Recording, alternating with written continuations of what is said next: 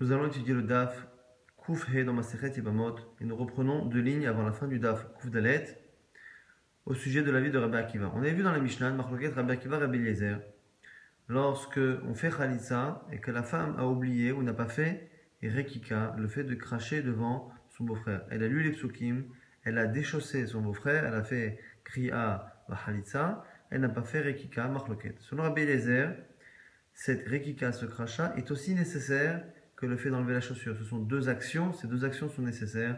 Si elles n'ont pas été faites, la Khalitsa n'est pas valable. Rabbi Akiva disait que le fait de déchausser était nécessaire, mais le fait de cracher ne l'était pas. Ça, c'était la Mishnah. À propos de cela, on avait dit à Shmuel une halakha, au père de Shmuel, on avait enseigné une halakha qui disait l'inverse. Dans un cas où on a une femme qui n'a fait que Rekika, l'inverse, c'est-à-dire qu'elle n'a fait que le fait de cracher, elle n'a ni lu les psukim, ni déchaussé son beau-frère. Quel est le statut? Nous disait là-bas la halakha, qu'on avait enseigné au père de Shmuel, que dans ce cas-là, la femme était interdite au frère. Elle n'était pas encore permise à l'extérieur, puisque personne ne dit que cette khalitsa-là, elle est bonne, mais en tout cas, elle est assez bonne pour interdire cette femme-là au frère.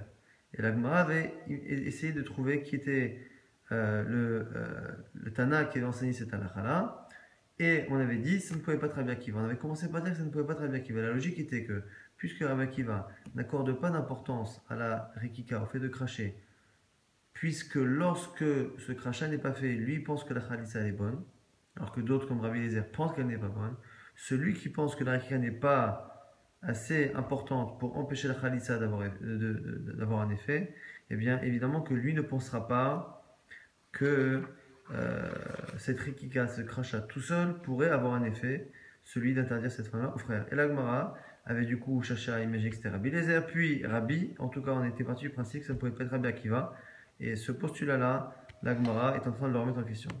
Oumi Amar Rabbi Akiva Rekika Lopasla. Est-ce que c'est possible de dire par logique que Rabbi Akiva pense que le fait qu'une femme ne fasse que le crachat, eh bien n'a pas de conséquences sur son interdiction au frère? Vehatania, pourtant il y a une braïta qui dit Khalsa, velo rakeka, velo kera. Donc une femme qui n'a fait que khalitsa, rien d'autre. Khalitsa takshera, la khalitsa elle est bonne. Rakeka, velo khalsa, velo karea, khalitsa tapsula. C'est le cas de chez nous maintenant, c'est quoi? Elle n'a fait que cracher. Elle a craché, elle n'a pas enlevé la chaussure, elle n'a pas lu. Et bien on dit que la khalitsa n'est pas bonne. Psula, on va revenir là-dessus dans quelques instants. Et on termine le dernier cas. Kara, velo rakeka, velo khalitsa. Dans le cas où elle n'a fait que lire, elle n'a pas enlevé la chaussure, elle n'a pas craché, eh bien ça ne vaut rien, il n'y a rien lieu de craindre. Et on verra que Mani Lagma déjà essaie de savoir qui est le Tana de cette Mishnah. Il est mar Rabbi Eliezer. Ça peut être que Rabbi Eliezer soit Rabbi Akiva. Si on imagine que c'est Rabbi Eliezer, Khalsa velo rakika velo karea, Khalitzatak shera, comment on peut imaginer que c'est lui? Or, dans cet enseignement, on est en train de dire que la femme qui n'aurait fait que Khalitsa, sans lire les psukim et sans cracher, eh bien ça marcherait impossible, puisque Rabbi Eliezer, c'est lui qui a enseigné dans la Mishnah, que même s'il y en a deux qui sont faites, Khalitsa et Kriya, le simple fait qu'il manque le crachat, ça ne marche pas. Donc dans le cas où il manque le crachat et la lecture des psukim, évidemment que ça ne peut pas marcher selon lui. Rabbi Akiva, et la pshita de Rabbi Akiva. Donc ça ne peut être que Rabbi Akiva. Et quand on regarde bien Rabbi Akiva, si c'est lui, dans cette braïta on a dit quoi? Vekatane, rakeka velo khaletsa, velo karea khalitza psula. On a dit que si elle n'a fait que cracher, la khalitza elle est psula, elle n'est pas bonne.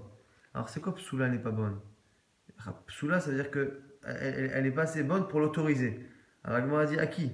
L'autoriser à qui? Il est malé alma. Si on dit qu'elle est psula dans le sens où elle ne peut pas l'autoriser à se marier avec des gens de l'extérieur. Et ça, c'est pas shoot. Pas shoot. Aucun avis ne peut penser que le fait de cracher tout seul, c'est suffisant pour autoriser une femme à l'extérieur. Et donc quoi? Si on dit que la khalitsa n'est pas bonne, c'est qu'elle n'est pas bonne dans le sens où elle est psula, cette femme-là, elle est interdite aux frères. Mais avec khalitsa d'ishtar alma et la lave les achin. Donc ça ne peut interdire qu'aux frères.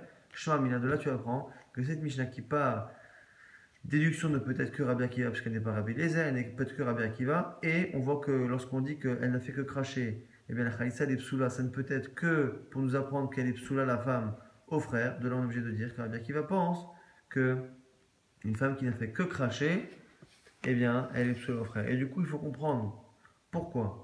pourquoi il y a une différence entre Rekika, le fait de cracher, le fait de lire les versets. Lire les versets, selon tout le monde, c'est pas nécessaire. Si ça a été fait, tant mieux.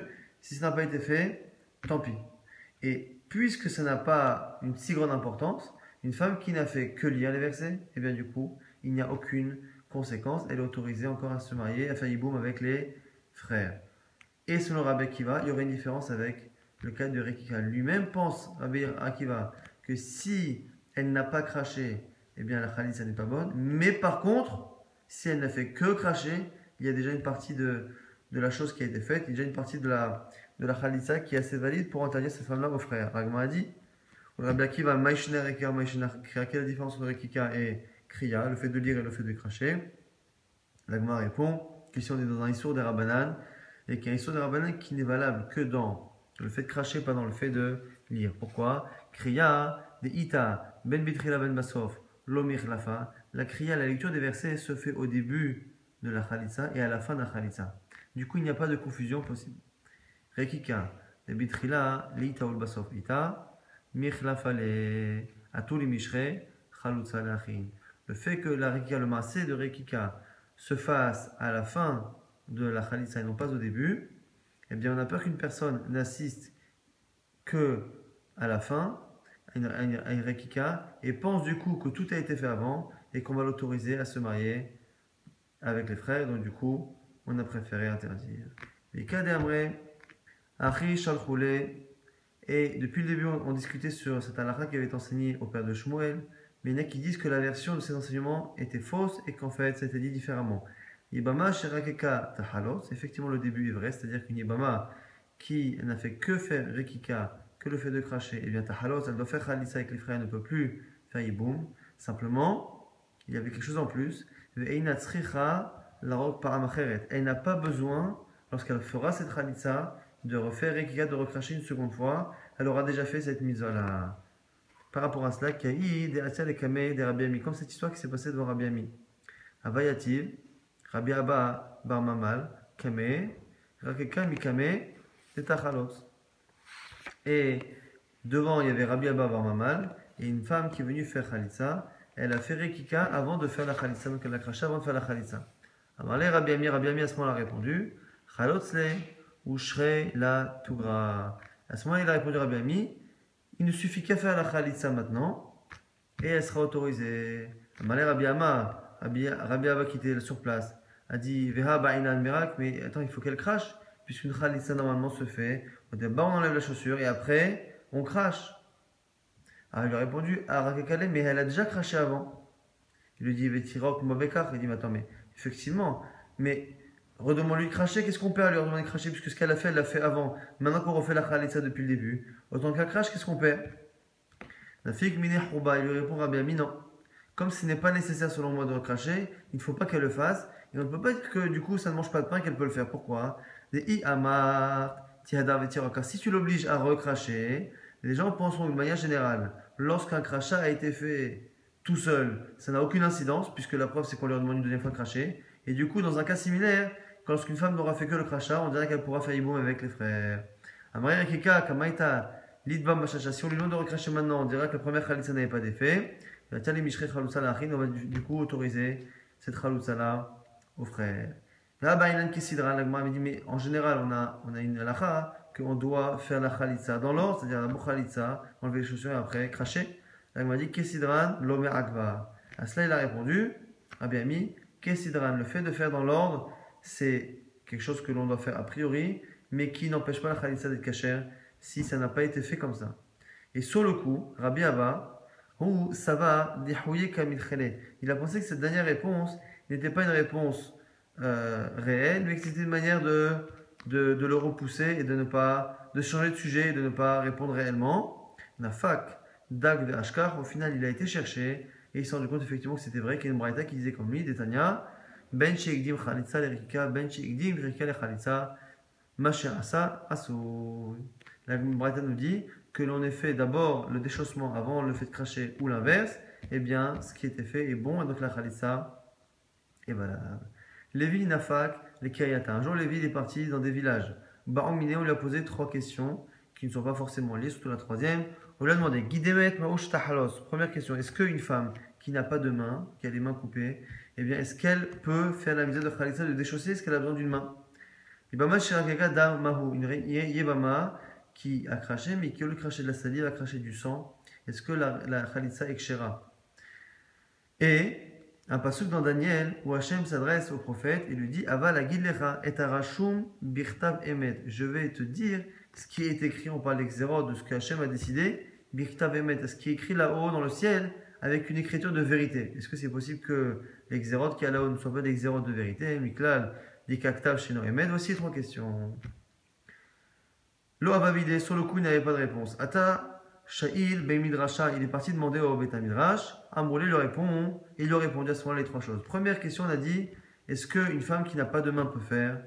Il lui a répondu Mikti vechalsa beyad. Est-ce que la Torah elle a dit elle devra enlever la chaussure avec sa main? Alors qu'elle devra enlever la chaussure. Si elle arrive à l'enlever avec ce qui lui reste du bras, eh bien ça suffit, on n'a pas besoin que ce soit fait forcément avec une main. Et lorsqu'il a marqué que la Torah, et pour la deuxième question qui a dit est-ce que la femme elle a craché du sang, est-ce que ça marche? La réponse du Beth Midrash était la même. Mikti veyarka. Est-ce que la Torah elle a dit il faut qu'elle crache de la salive? Il faut qu'elle crache. Ce qui est craché est bon a priori. Et sur la troisième chose, lorsque Hachem a dit à Daniel qu'il va lui faire savoir ce qui est marqué, les exemples qui sont marqués avec une écriture de vérité, est-ce que c'est possible qu'il y ait des choses écrites là-haut qui ne soient pas vraies? Lokashia, kan bigzardin shesh aimoshua, kan bigzardin she'en aimoshua. La différence, c'est en fonction des xérod, lorsque Hachem a prévu des punitions pour le peuple et qu'il a juré que ça allait arriver. Lorsqu'il a juré que ça arriverait, eh bien, c'est ce qu'on appelle Ktav Emet, ça ne changera pas. Lorsqu'il n'a pas juré, eh bien, à ce moment-là, on peut imaginer que lorsque la personne fait tchouva, eh bien, Kadosh Baruch Hu change sa xéra. L'Egmara confirme qu'il y a Rav Shmuel Barami, d'Amar Shmuel Barami, Amar Rabbi Yochanan. Il a dit Rabbi Shmuel Barami au nom de Rabbi Yochanan, Minaïn. L'exardin chez Shaimo Shvoa Shaino Mitkarea, d'où sait-on qu'il y a des fois des xérot d'Hachem qui sont faites avec un serment et qui ne peuvent pas changer. Ce qui a été dit au sujet des fils de Eli qui ont fauté dans le début du Sefer Shmuel. La reine, c'est la raison pour laquelle Nishbarti Levet Eli, j'ai juré à propos de la maison de Eli, Imitkaper Avon Bet Eli, Bezevar ou Bemincha, que jamais ne sera pardonné la faute de la maison de Eli, ni avec des korbanot, ni avec des mincha, alors là, à jamais. Au passage, on va étudier un peu ce sujet-là. Amar Rabba, Bezevach ou Bemincha et non mitkaper, aval mitkaper ou bidivre Torah. Le fait que là-bas, le pasuk nous dise que ça ne sera jamais pardonné avec des korbanot, il n'est pas marqué que ce ne sera jamais pardonné, ça s'entend que c'est les korbanot qui n'y arriveront pas, mais par contre, les divrei Torah, la Torah pourra réussir à faire pardonner et empêcher la xéra. C'est xéra qui était, je le rappelle, du fait que les enfants ne dépassent pas un âge avancé. À partir de 18-20 ans, eh bien, la xéra était que les gens devaient mourir dans cette famille. Abaye, qui est l'élève de Rabba, nous dit Amar, Bezavach ou Bemincha no mitkaper, Aval mitkaper ou Begminot Chassadim. Lui vient de dire que ça vient exclure la Gminot Chassadim. Le chesed, le fait de faire de la générosité, des actes de charité. Ces actes de charité qui peuvent, eux, être mitkaper et pardonner la faute, que les korbanot n'arriveront pas à pardonner. A priori, la raison, c'est parce que les fils de Eli ont fauté par rapport aux korbanot, et donc les korbanot eux-mêmes ne peuvent pas réparer cette faute. Rabba et Abaye, Midevet Elika, tous ces deux rabbanim qu'on vient de citer, Rabba et Abaye, qui expliquent comment on peut contrer la xéra de la génération des descendants de Eli, eux-mêmes descendaient de la maison des fils de Eli. Rabba de Asak Batora, Haya Arbaim Shenin. Rabba, il a étudié la Torah et il a vécu 40 ans au lieu de vivre que 18 ou 20 ans. Abaye de Asak Batorah Gmil Chasadim, Haya Shitin Shenin. Et Abaye, qui a à la fois étudié la Torah et qui à la fois s'est investi dans les œuvres de charité, a vécu lui 60 ans. De là, on voit que les deux étaient vrais et les deux doivent se cumuler et que chacun a rajouté 20 ans à sa vie grâce au fait d'étudier de se donner à des œuvres de charité, de s'adonner à des œuvres de charité. Tanora Banan, on a une braïta à ce sujet. Mishpaha achat aïta Yerushalayim sheyom metim keven shmona esrei shana. Il y avait une famille en Jérusalem chez lesquelles les enfants ne dépassaient pas l'âge de 18 ans. Ba'u ve'odi'u ed Rabban Yochanan ben Zakkai. Et on est venu en parler à Rabban Yochanan ben Zakkai. Malahem shema mishpahat Eli atem. Il est venu leur dire peut-être que vous êtes descendants de Eli Shinema, Echol Marbit Vetecha Yamutu Anashim, le passage qui nous dit que tous les grands de la maison, eh bien, mourront anashim, jeunes, Lechu ve'isku batora, ve'tiahyu. Il leur a dit, allez étudier la Torah et vivez. Alchu ve'isku batora, ve'hayu. C'est ce qu'ils ont fait. Ils ont étudié la Torah et ils ont vécu. Ve'yukor imotam, mishpachat Yohanan, al shemo. Et on a appelé cette famille-là la famille Yohanan, parce que c'est Rabbi Yohanan ben Zakkai qui les a fait vivre grâce à leurs conseils. Et du coup, ils ont pris le nom de celui qui les a sauvés. Amar Shmuel, Bar, Unia Amara, au nom de Rav, Minaïn, l'exardin shel Tzibour, Sheino Nehtam. D'où sait-on qu'une xéra du Tzibour, elle n'est jamais réellement signée? La Gemara dit quoi? Et Nehtam, c'est pas signé. Mais active. Kim techabsi baneter, vetir vilach, borit. Nirtam aboner lefanai. Il y a un passage qui dit là-bas, dans Yermia, même si tu te laves avec du savon, vetar vilach, et deux l'échange pour dire que si tu te laves et que tu te nettoies avec toute forme de détergent, nirtam aboner lefanai. Ta faute, elle est inscrite devant moi. Et là, minaïn shafilu nirtam mitkarer. Donc la Gemara reformule cette affirmation. D'où sait-on qu'un xardin, une punition d'Hachem qui est signée, d'où sait-on que même si elle est signée, on peut l'annuler, la faire déchirer. Chez Neymar, qui mi goy gadol, ashalo Elohim kiruvim elav, kashem elokenu pechol koreinu elav. Qui est une nation, qui est un Dieu, qui est proche d'elle, kashem elokenu, comme Hachem, notre Dieu, bechol koreinu elav. Dans tous nos appels à lui, il nous répond. Dans tous nos appels, ça sous-entend que même dans les appels, par rapport à des choses qui ont été signées contre nous, ça marche. Active, Dirshu Hashem be'imatseo. Pourtant, il y a un passage qui nous dit Dirshu Hashem, cherchez Hashem be'imatseo lorsqu'il est disponible, parce qu'ils entendent qu'il y a des moments où il ne l'est pas. Lokasha, habe yachid, habe tzibur. Un passage nous parle d'un yachid, d'un tzibur. C'est-à-dire qu'un yachid, quelqu'un qui est seul, ne peut parfois demander l'annulation des choses que lorsque il y a une certaine période, be'imatseo, lorsque Hashem est présent, disponible. Par contre, le tzibur, ça marche tout le temps. La Gemara dit Yachid et Mat. Quand est-ce que le Yachid peut avoir accès à Kadosh Baruch Hu pour des demandes particulières? Amar Nachman, Amaraba Baravoa, Elo Asara Yamim, Sheben Rosh Hashanah, Yom Kippourim. Ce sont les 10 jours qui entre Rosh Hashanah et Yom Kippourim, qui sont des jours où Hachem est spécialement proche, ou même celui qui prie tout seul peut demander l'annulation de ses xérot. Shalchoule, les abois de Shmuel. On a encore envoyé une halakha au père de Shmuel. Ibama Shirakekadam, Tahalot, les fiches Yef Shaledam. Belo tirtuarok. Une Yebama qui a craché du sang, il ne lui reste plus qu'à faire la khalitsa, enlever la chaussure, et donc ça marche, le crachat ça marche. Pourquoi? Les filles chez IF les dames, parce qu'il est impossible que la femme, lorsqu'elle crache, il n'y ait pas à un moment donné un peu de salive, et c'est suffisant. Et c'est un peu ce qu'on avait dit dans la Gemara précédemment, que lorsqu'on a dit la Torah n'a pas demandé à ce qu'il y ait roc, qu'elle crache que de la salive. De là on voit évidemment que lorsqu'elle crache, il faut qu'il y ait de la salive. Simplement, la Torah n'ayant pas demandé que ce ne soit que de la salive, si c'est majoritairement du sang, c'est bon, métivé, on objecte, on verra dans la suite.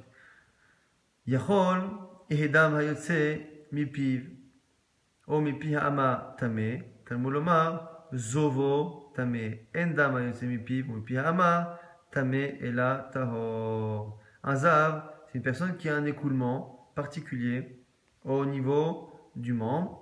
Et la Gemara pose la question là-bas dans cette braïta, est-ce que cette personne-là, si cette personne-là, elle a du sang qui sort de sa bouche ou qui sort justement de l'endroit, de l'organe, est-ce que s'il y a du sang qui sort, il sera tamé?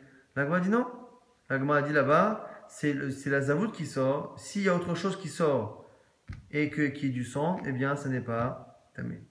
Et donc, du coup, on voit là-bas que ce qui sort de la bouche ou du membre, si on voit que c'est du sang, on ne craint pas qu'il y ait avec autre chose.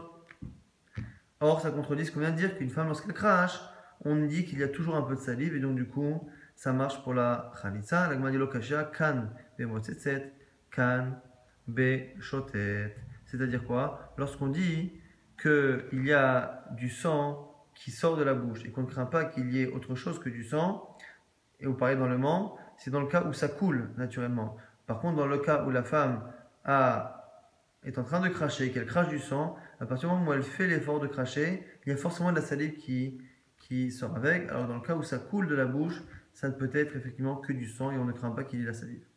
On avait dit dans la Mishnah, Heresh Nechelas Khalitsa psula.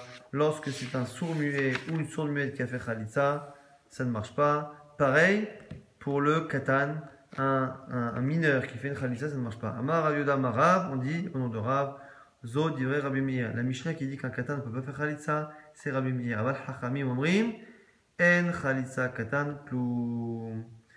Pourquoi? Chachamim disent que la khalitsa du katan ne vaut rien. C'est-à-dire, nous on a dit dans la Mishnah que selon Rabbi Meir, la khalitsa elle est psula. Or, on a dit que lorsqu'on dit que la khalitsa elle est psula, elle n'est pas bonne pour autoriser à l'extérieur, mais elle est psula dans le sens où ça rend la femme interdite aux frères. Et Chachamim disent que non, un katan, un petit qui fait de khalitsa, ça n'a aucune valeur. Elle peut même continuer de faire iboum avec le frère. On avait dit dans la Mishnah que la ktana, celle qui était mineure, elle, eh bien, si elle fait khalitsa, il faudra qu'elle le refasse lorsqu'elle est grande. Amar Rav Yehuda Amar Rav, encore une fois au nom de Rav. Zo divrei Rabbi Meir, même cette partie de la Mishnah, c'est Rabbi Meir. Damar, ish, katuv parasha, makshina, isha le ish.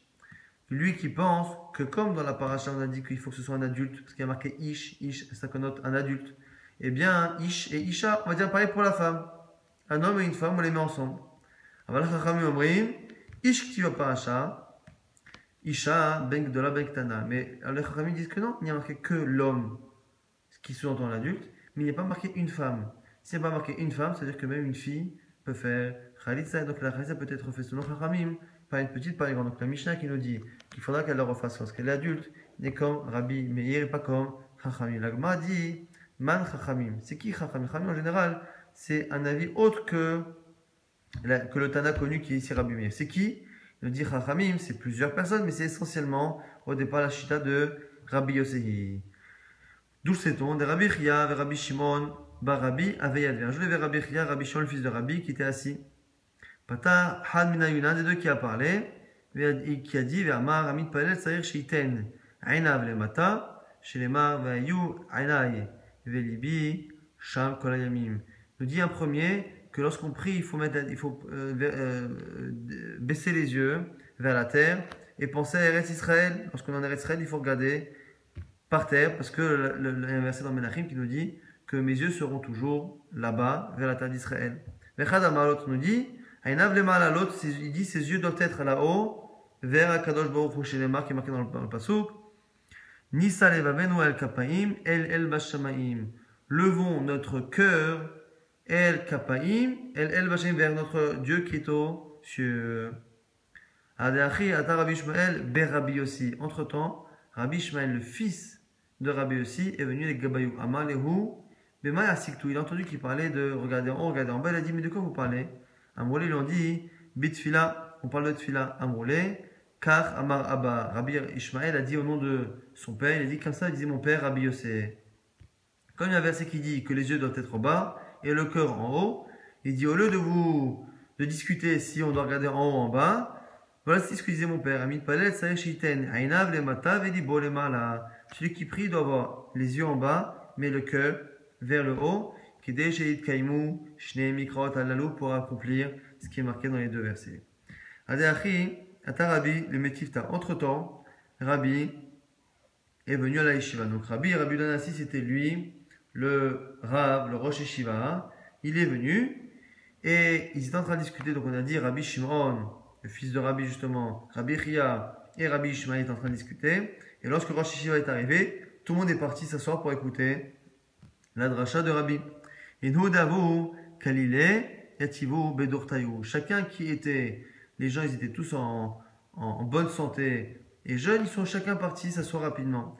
Rabbi Ishmael ben Rabbi aussi, mais Rabbi Ishmael ben Rabbi aussi, Agav Yukre, Ava, Mifsar ve'azil. Quand Rabbi Ishmael, fils de Rabbi aussi, était quelqu'un bien en chair, quelqu'un d'imposant, et bien du coup il marchait doucement, et pendant que tout le monde était assis, il a marché comme ça au milieu des rabbanim, des élèves mais qui étaient des rabbanim qui venaient écouter Rabbi, et il a marché comme ça doucement devant eux.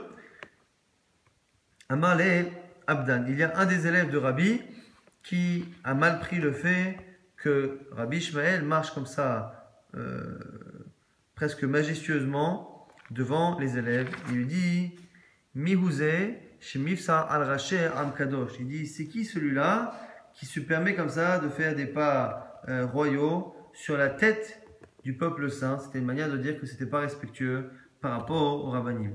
Amarle, Ani, Ishmael, Rabbi Yossi. Il lui a répondu, je suis Ishmael, le fils de Rabbi Yossi. Chez Bati, il est Torah, mais Rabbi, et je suis venu étudier la Torah du Rav, de Rabbi. Amarle, Vechi, Atahagoun, il est Torah, mais Rabbi. Et du coup, il lui a répondu, cet élève, il lui a dit, mais est-ce que tu es apte à écouter la Torah de Rabbi?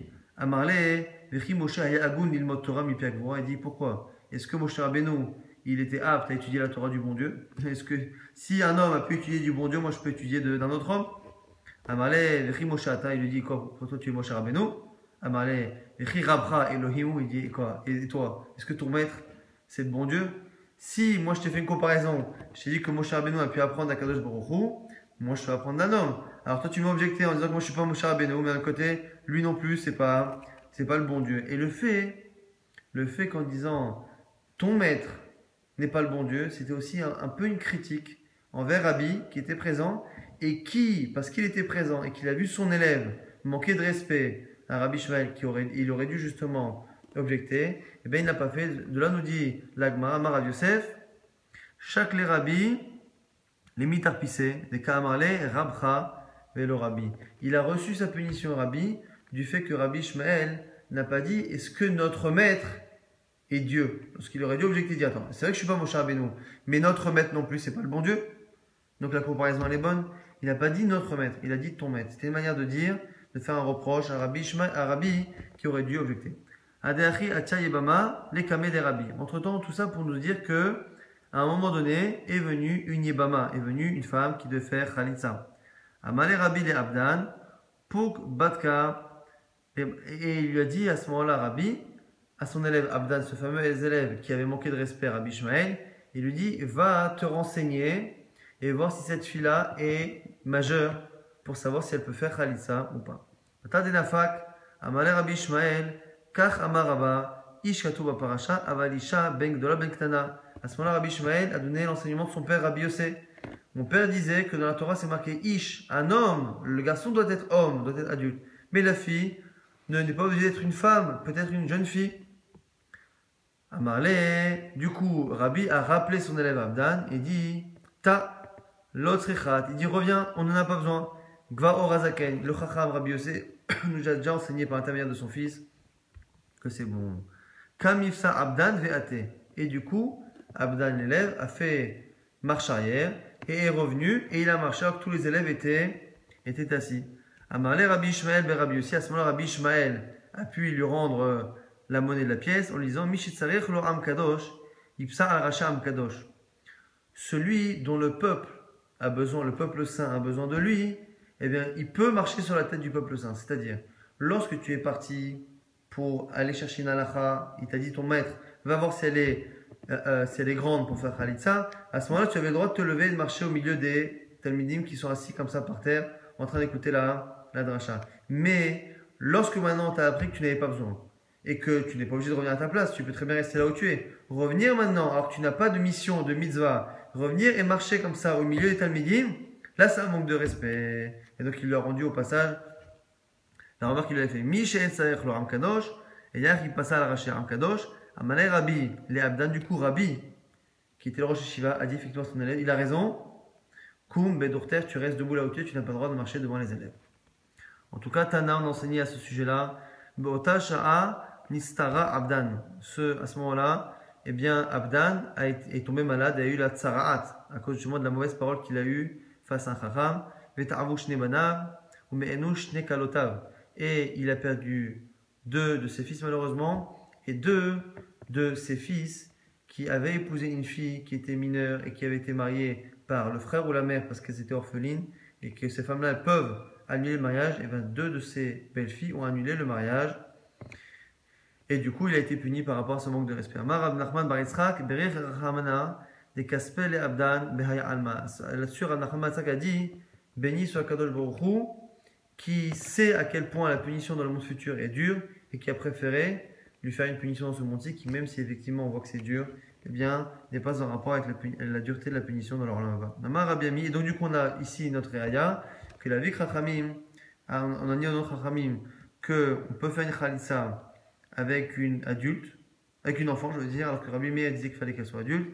Eh bien, cet avis de de Chachamim dans l'absolu, c'est Rabbi aussi. Amar Rabbi Ami, Midrav Shel Berabi, Nidmod, Ktana Choletzet, Bif'utot. De là, on voit que, nous dit à ce moment-là, de Rabbi aussi, on apprend qu'une jeune fille peut faire Khalitsa à partir du moment où elle arrive à un âge qui s'appelle Per'utot, à un âge où elle peut commencer à acquérir un objet, à vendre, lorsqu'elle a un peu d'esprit à ce niveau-là. Rava Amar, Ashtagia, Leonat Nedarim. Rava nous dit c'est un peu différent, c'est pas non plus 12 ans, c'est un an avant, c'est l'âge où la femme peut s'engager à faire des Nedarim, Velalacha et Velcheta, Ad Shetavish Tesarot, que finalement, c'est ni l'un ni l'autre, ni la première version de Rabbi Yossi, ni la deuxième version, c'est finalement, comme on a dit dans la Mishnah, Stama, Rabbi Meir, qu'il faut qu'elle soit adulte et qu'elle amène une preuve physique qu'elle a les signes de puberté, de pilosité.